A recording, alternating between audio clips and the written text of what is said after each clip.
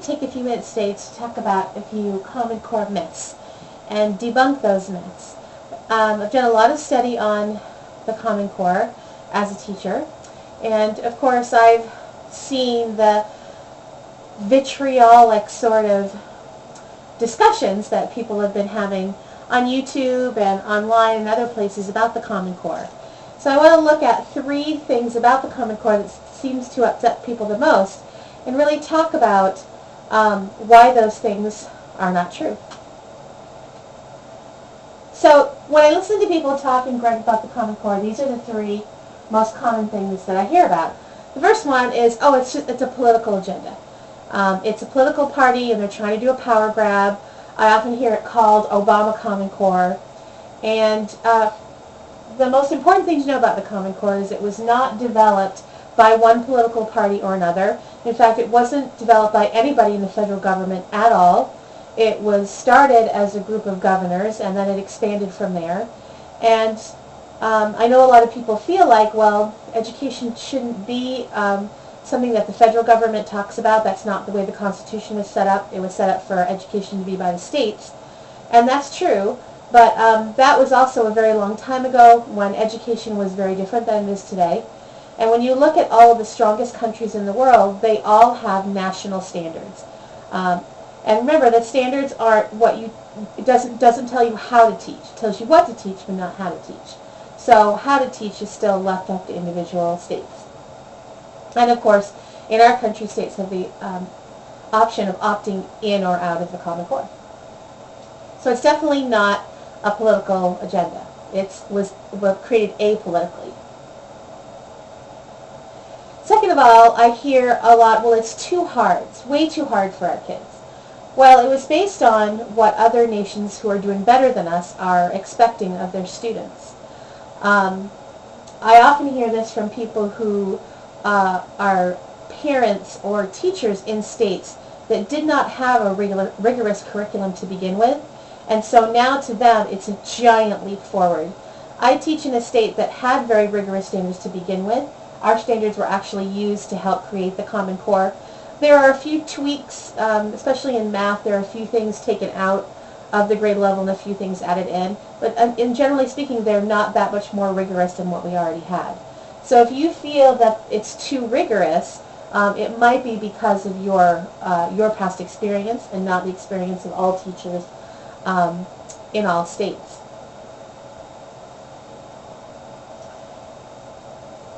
And the last one that I really want to address is programs versus the standards. A lot of times I'm seeing people who are really upset with the Common Core, and they give examples from their child's homework. And oftentimes that homework is in math, but not always. And they show the use of number lines instead of traditional algorithms. They show the use of drawing instead of traditional algorithms. Sometimes there is no correct answer in the group of answers that are given for the child to solve. And if you're seeing problems like that, that's not the Common Core standards. Again, the Common Core standards do not tell your teacher how to teach.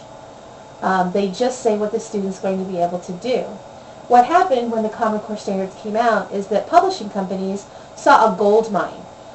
They realized that school districts were going to have to dig deep in order to purchase brand new textbooks and brand new reading series and math programs to meet the new Common Core standards.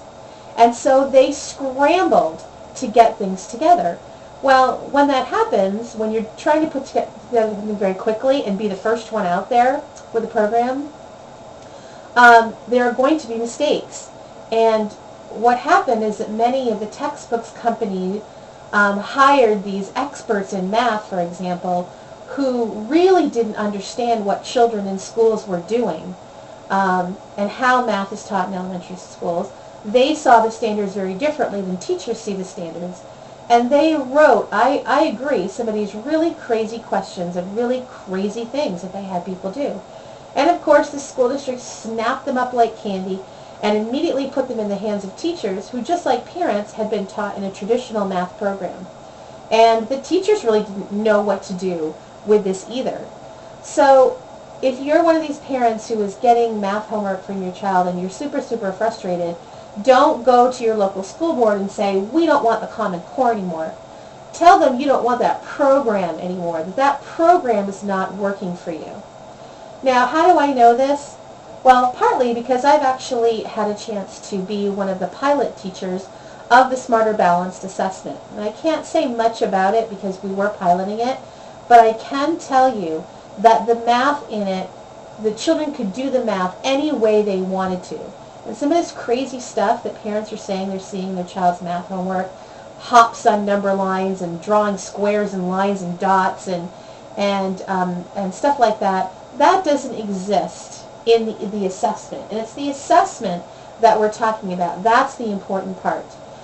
In fact, one of the things that's really great about the Common Core math standards in particular is that they are very, very strong in the elementary grades on basic computation. Basic computation. Now, so a lot of the things that we used to have in there, the extra fluff that was thrown into math, things like graphing, probability, geometry, a lot of that stuff's been moved up to grades 6, 7, and 8. And we're left with a strong computational base. In fact, the intermediate standards are even specific about how students are to demonstrate their understanding. It does say in the Common Core standards that students will learn the traditional algorithms for multiplication and division. Traditional means the ones you and I learned when we went to school.